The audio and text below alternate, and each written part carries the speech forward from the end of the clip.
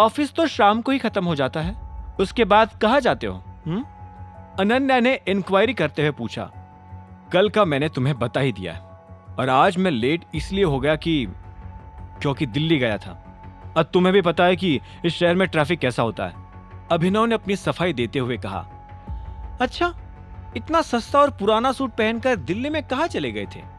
अनन्या ने फिर से उसकी ओर देखकर पूछा। अभिनव अब उसके सवालों से तंग आ चुका था। तुम आज इतने सवाल जवाब क्यों कर रही हो? वाइफ हो तुम्हारी, एटलीस्ट फिलहाल तो, इसलिए कर सकती हूँ सवाल जवाब। अनन्या ने गुस्से भरी सांस छोड़कर कहा। अगर तुम वाइफ बनकर मुझसे इतने सवाल जवाब कर सकती हो तो मेरे पास भी हक है। ओह हेलो, ये फालतू के बहाने नहीं चलेंगे। मुझे छूने से पहले अपने आप को देख लो एक बार। इतना सस्ता सूट पहन रखा है, पसीने की स्मेल आ रही है। तुम स्टैंडर्ड भी मैच कर सकती हो क्या मेरा? अनन्या ये कहकर हैरान हो गई जब अभिनव इसके सवाल पर हंस पड़ा। क्या है तुम्हारा स्टैंडर्ड? किस वैल्यू में काउंट होता है वो? और इस कम अकल चिराग से मैच होता है? लेकिन अब तो कंपनी तुम्हारे नाम हो जाएगी, फिर चिराग भी तुम्हारा स्टैंडर्ड मैच नहीं कर पाएगा, है ना? ऐसे धीरे धीरे करके प्रोफेशनली कामयाबी पाकर तो लगता है तुम्हें सारे लड़कों को रिजेक्ट करके एंड में टाइगर से ही शादी करनी पड़ेगी। अभिनव ये कहते हुए भी हंस रहा था। वही अनन्या उसके सामने उसे घूरते हुए खड़ी थी। इस बकवास से अभी जो हरकत तुमने की है ना, उसे दबा नहीं सकते तुम अभिनव। मैं जरूर ही इसको लेकर दादाजी से शिकायत। अनन्या बीच में ही बोलते हुए रुक गई। अभिनव समझ गया था कि वो क्यों रुक गई थी। हाँ, कहना ना दादाजी से कि कैसे मैंने तुम्हें तुम्हारा बर्थडे स्टार्ट होने से पहले ही ये बर्थडे गिफ्ट भी दे दिया। Shut up! अनन्या की चिल्लाने के बाद अभिनव और भी जोर से हंसने लगा, जिससे वो अपने आप को लाचार महसूस करने लगी थी। उसका चेहरा लटकता देख अभिनव ने अपने आप को कंट्रोल किया और गला साफ करते हुए टॉपिक बदलने की कोशिश की। वैसे मैंने सुना है तुम्हारे उस गधे के साथ कल बाहर जाने के प्लान्स हैं। अनन्या ने उसकी आंखों में देखकर जवाब दिया। हाँ, बर्थडे है ना मेरा, इसलिए आई डिजर्व इट। अभिनव को यह बात काफी चुभी, इसीलिए वो सीरियस होते हुए बोल पड़ा। तुमने उस दिन ही इनकार किया था ना कि तुम्हारे और उसके बीच कुछ नहीं चल रहा है। अमीर लोगों की जुबान इतनी हल्की होती है क्या, जो एक बात पर टिक नहीं सकती?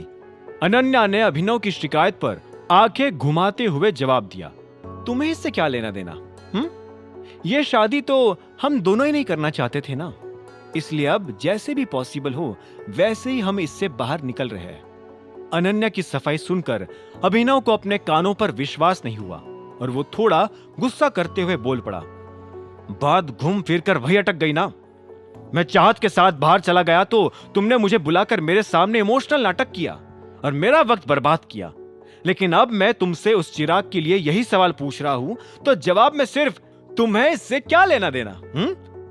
अभिनव की बात खत्म ही हुई थी कि अनन्या एक फीकी मुस्कान के साथ उसके करीब आ गई और उसकी कमर पर हाथ रखते हुए धीरे से बोल पड़ी।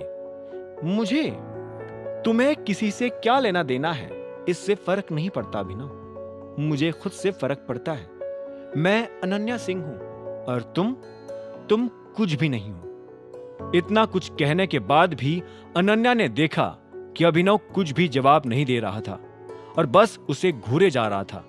अनन्या थोड़ी हिचकिचाई और फिर उसने अपने मन की बात भी बोल दी। वैसे भी चाहत को इसके बारे में पता है। डाइवर्स के बाद मैं ये रिस्क नहीं ले सकती कि दुनिया मुझे तुम्हारे साथ टैग करे और शादी के बावजूद चिराग से अफेयर करते हुए दुनिया तुम्हें देखे। वो चलेगा? अभिनव ने रूखी आवाज में धीरे से पूछा।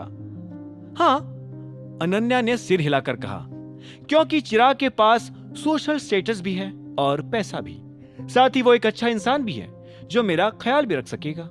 चिराग और अच्छा इंसान? अभी कुछ देर पहले वो गेट के बाहर मुझे धमका कर गया है।